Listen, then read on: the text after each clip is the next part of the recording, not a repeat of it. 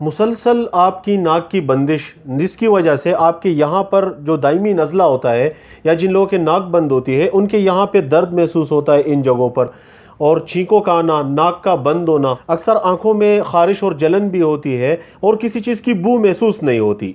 बिस्मिल्लाहिर्रहमानिर्रहीम, अस्सलाम वालेकुम। I am homeopathic doctor Ashfaq from Swat Pakistan, और आज हम साइनोसाइटिस या रेनाइटिस के टॉपिक पर बात करेंगे। दोस्तों, साइनोसाइटिस और रेनाइटिस में अक्सर ऐसे होता है कि हमारा ये यहाँ पर हमारे जो है जिसे हम मैक्सिला कहते हैं, और ये इस एरिया को इथिमोइड कहा जाता है। इन जगहों पर हमारी खाली कैविटीज़ होती हैं।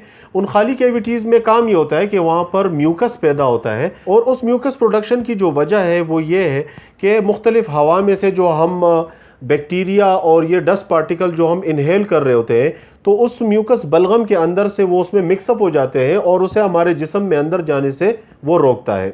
अच्छा, ये जो म्यूकस होता है ये फिर नज़ले के या गाढ़े मवाद की शक्ल में अक्सर हमारे नाक से निकलता रहता है।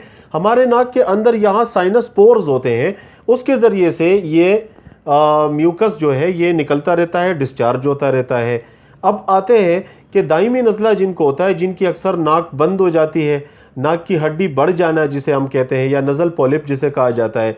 जब आप रात को सोते हैं तो अक्सर सोते में कभी एक करवट जो सोते हैं तो उस तरफ की नाक बंद हो जाती है, दूसरी खुल जाती है। सबसे पहले हम इसके कॉजेज़ की तरफ आते हैं कि इसके क्या क्या कॉजेज़ होते हैं। अक्सर जब हमें नज़ला हो जाता है तो हमारे जो मैक्सिलरी साइनस है और एथिमॉइड साइनस है, यहाँ पर म्यूकस पैदा हो रहा होता है, और उस म्यूकस के अंदर बहुत सारे जो डस्ट पार्टिकल्स हैं या जर्म्स हैं वो इसमें मिक्सअप होते रहते हैं ताकि उसे जिस्म के अंदर जाने से रोके और बाहर उसे डिस्चार्ज कर देते हैं। नज़ला ज़ुकाम की कैफियत में अक्सर ऐसे भी होता है कि जब हमें नज़ला हो जाता है तो किसी वजह से हमारे यहाँ पर जो साइनस पोर्स होते हैं जिससे वो नज़ला बाहर निकल रहा होता है गाढ़े मवाद की शक्ल में, वो बंद हो जाते हैं, और बंद हो जाने की वजह से फिर ये जो अंदर साइनस कैविटीज़ है उसमें सूजिश यानी वरम पैदा हो जाता है। नाक के जो पोर्स है और बलगम निकलने का जो रास्ता है वो बंद हो जाता है। तो ये तो हो गई एक्यूट मसले मसाइल यानी हार्ड मसले मसाइल।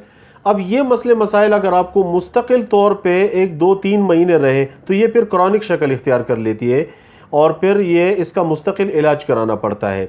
अक्सर ये भी होता है कि हमें नज़ला हो जाता है, और नज़ला जैसे ही हुआ तो हम फ़ौरन से मेडिसिन लेना शुरू कर देते हैं और उसको बंद कर देते हैं, और वो नज़ला जो है वो जाम हो जाता है, गाढ़ा हो जाता है, जिसकी वजह से अक्सर जो हमारे साइनस पोर्स होते हैं उनके बंद होने की वजह से डिस्चार्ज नहीं हो पाता।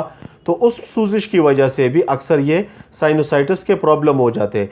अच्छा, अक्सर ये होता है कि ये नाक की जो हमारी हड्डी होती है इसमें सूजिश हो जाती है साइनोसाइटिस की वजह से, और ये फूल जाती है, चौड़ी हो जाती है, और इसके फूल जाने की वजह से, इसमें सूजिश होने की वजह से जो साइनस पोर्स होते हैं वो भी बंद हो जाते हैं, तो उसकी वजह से भी इस नज़ले का डिस्चार्ज बंद हो जाता है। सिम्टम्स हमने पहले भी डिस्कस किए हैं, जिस तरह वीडियो में आपने पहले देखे, तो इसमें सिम्टम्स ज़्यादातर ये होते हैं कि यहाँ पे अक्सर दर्द महसूस होता है। अच्छा, कुछ लोगों को यहाँ पे दर्द के साथ डेंटल पेन भी होते हैं, दांतों में दर्द महसूस होता है, अक्सर आपके यहाँ पर पेशानी में दर्द महसूस होता है, सर भारी भारी रहता है, अक्सर छींकें आती हैं, नाक एक तरफ बंद होती है तो दूसरी खुली रहती है, आवाज़ भारी भारी हो जाती है, इस तरह लगता है जैसे किसी ने आपकी नाक पकड़ी है और आप बातें कर रहे हैं, यानी आवाज़ भारी भारी होती है।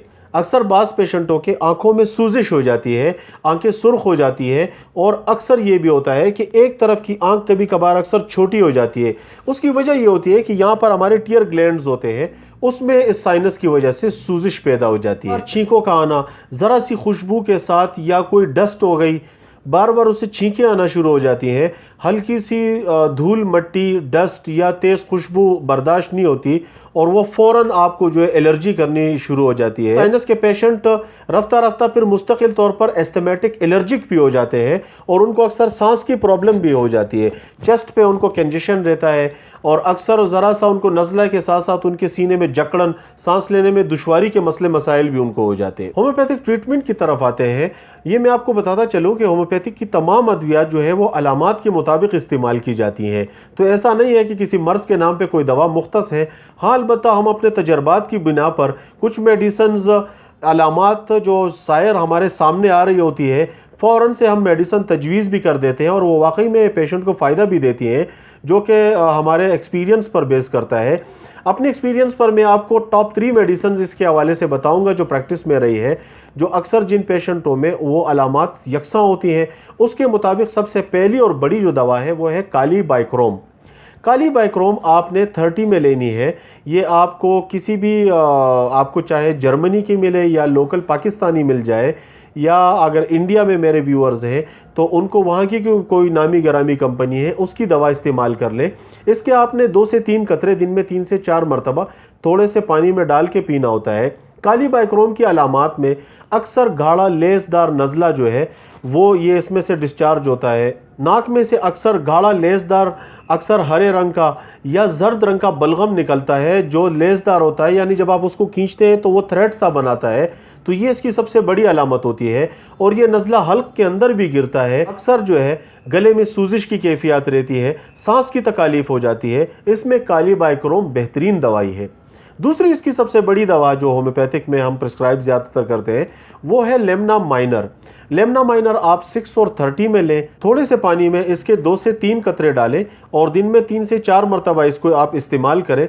लेमना माइनर बहुत ही इफ़ेक्टिव दवाई है, इसके बेहतरीन रिज़ल्ट है। इसकी सबसे जो मेजर और बड़ी सिम्टम है वो ये होती है कि नाक के अंदर गोमड़ और गदूद बन जाते हैं, नाक की हड्डी फूल जाती है और ज़रा सी बू या तेज़ कोई स्मेल वो उससे फ़ौरन आपको नज़ला और छींकें शुरू हो जाती है। तो ये इसकी सबसे बड़ी अलामत है। लेमना माइनर मैं अक्सर अपने पेशेंट्स को रिकमेंड करते रहता हूँ और इसके बड़े ही अच्छे रिजल्ट हैं। थर्ड जो इसकी सबसे बेस्ट होम्योपैथिक मेडिसिन है वो है सिलिशिया। सिलिशिया 30 में या 6x में आप ले लीजिए। अगर आप 6x में ले रहे हैं तो इसको आप टैबलेट फॉर्म में भी ले सकते हैं। 2 से 3 गोलियां दिन में 3-4 मरतबा इस्तेमाल कर सकते हैं। कतरों की शक्ल में ले रहे हैं तो 2 से 3 कतरे आप दिन में 3 से 4 मरतबा इस्तेमाल करें। सिलिशिया की सबसे बड़ी अलामत यह है कि नाक के अंदर से जो बलगम निकलता है या बसा औक़ात ऐसे होता है जब आप छींकते हैं तो इंतहाई बदबूदार सी स्मेल आपको महसूस होती है और जो डिस्चार्ज होता है नाक में से वो बलगम भी इंतहाई बदबूदार होता है। तो ये इसकी सबसे बड़ी अलामत होती है, यानी जो रतूबतें खारिज होती हैं वो इंतहाई मुताफ़न और बदबूदार होती है। ये इसकी सबसे बड़ी अलामत। इसमें मैं आपको एक इंतबाह करना चाहता हूँ कि सिलिशिया थोड़ी सी रिस्की है लेना, तो ज़रा सोच समझ करके लीजिएगा। आप वो पेशेंट जो हार्ट पेशेंट है, जिन्होंने स्टंट लगाए हैं, या ऐसे मरीज़ जिन्होंने ऑपरेशन किया है और जिनके जिस्म में कोई रॉड्स वगैरह लगे हुए हैं, यानी कोई ऑपरेशन करके कोई रॉड्स लगाए हैं, तो वो पेशेंट इसको हरगिज़ इस्तेमाल न करें। ऐसे मरीज़ों को मैं सिलिशिया लेने से मना करूँगा कि आप सिलिशिया ना लें। फ्रेंड्स, ये जो 3 दवाइयाँ मैंने आपको बताई हैं, ये दवाइयाँ आप मुस्तकिल तौर पर भी इस्तेमाल कर सकते हैं और तीनों को एक साथ भी आप ले सकते हैं। अच्छा, इसमें मैं आपको बताऊं कि कुछ लोगों का अक्सर जो ये नाक की हड्डी जो है ये टेढ़ी हो जाती है और नाक अक्सर उनको टेढ़ी सी महसूस होने लगती है। तो आप अगर ये दवाई मुस्तकिल 3-4 महीने या 6 महीने इस्तेमाल करेंगे तो ये टेढ़ी नाक की हड्डी को भी सीधी कर देती है। आखिर में मैं आपको ट्यूक्रिम नज़ल ड्रॉप्स रिकमेंड करूँगा। ट्यूक्रिम नज़ल ड्रॉप्स आपको ईज़िली अवेलेबल हो जाएंगी, जो कि मुख्तलिफ़ कंपनियाँ इसको प्रिपेयर करती रहती हैं। ना भी मिले तो आप ट्यूक्रियम क्यू में भी इस्तेमाल कर सकते हैं। इसके 2 से 3 कतरे दोनों नथों में सिर्फ रात सोने से पहले डालिए और मुस्तकिल तौर पे आप इसको तकरीबन 1-2 महीने इस्तेमाल कीजिए।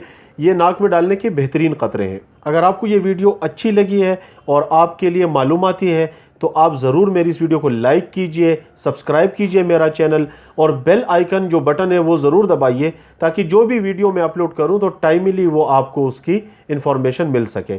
Thank you very much. अल्लाह हाफिज़।